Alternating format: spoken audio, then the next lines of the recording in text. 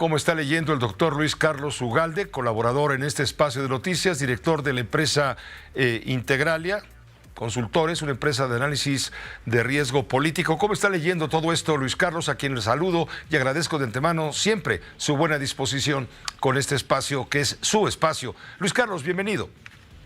Pepe, muy buenas tardes. Pues creo que la renuncia de Ebrard, que según dicen sus colaboradores había sido pospuesta desde hace varios meses porque López Obrador no lo dejaba renunciar, finalmente lo hizo de forma tardía, pero creo que está cambiando la dinámica en Morena, porque está forzando a que los otros dos aspirantes, cómodos aspirantes, tengan que renunciar.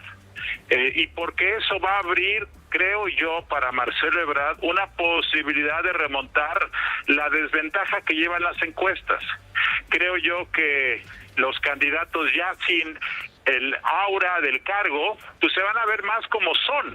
Hasta ahora en el juego del tapadismo, como ocurría antes con el PRI, pues el cargo, la parafernalia de los asistentes, del presupuesto de comunicación social, de los aliados que te da un cargo de esa dimensión, hace que te veas bien al margen de tus atributos individuales. Y creo que ya despojados del cargo van a verse más como son, y creo que eso va a ayudar para que los personas de Morena y el público en general vean más o menos y puedan evaluar. Creo que eso significa, en el caso de Ebrard, una posible ventaja que pudiera avanzar en las encuestas en las próximas semanas, en donde, digamos, habrá un piso un poco más parejo. Entonces, creo que esto es interesante. Y el otro tema son los sustitutos que tú comentabas. ¿A quién elegirá López Obrador para ser el sucesor en Gobernación? ¿Y a quién elegirá para ser sucesor en la Secretaría de Relaciones Exteriores? Sin embargo, en el caso de Claudia Sheinbaum es diferente.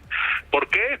Porque si pide una licencia provisional por 30 días, de acuerdo a la Constitución local de la Ciudad de México, puede dejar en el cargo a Martí Batres, que es el secretario general. Pero si pide una licencia definitiva, entonces es el Congreso local el que tiene que definir quién es el gobernante sustituto.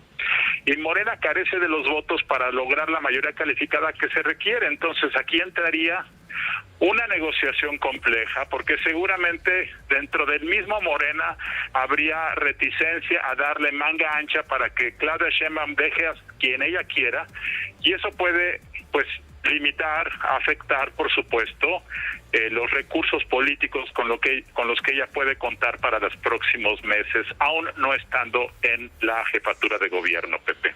Y bueno, también faltará quien ocupará el puesto en gobernación, por supuesto, importante, y cómo se va a dirimir el Senado de la República, porque Ricardo Monreal, si bien tiene sus adeptos, no goza del aplauso de la mayoría de Morena, donde los rudos se van a tratar de imponer con su fuerza y con su voluntad. Se pone muy interesante. Si a esto añades que se subieron otras dos corcholatas, me refiero a Manuel Velasco Cuello, coordinador de la bancada del Senado del Partido Verde, quien ayer mismo dijo que presentará su renuncia, bueno, su solicitud de licencia, debo ser preciso, ante la Comisión Permanente, como ya lo hizo hoy Gerardo Fernández Noroña en su calidad de diputado federal del Partido del Trabajo.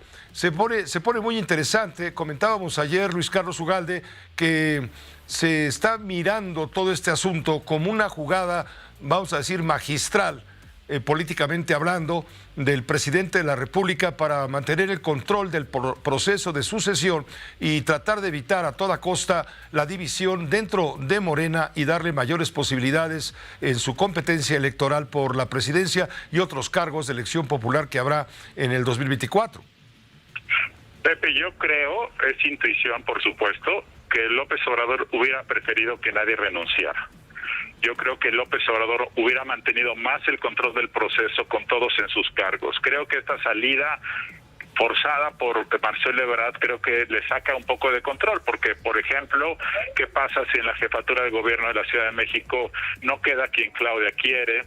¿Qué pasa si ya estando fuera del cargo en el Congreso local no le aprueban alguna cuenta pública pendiente?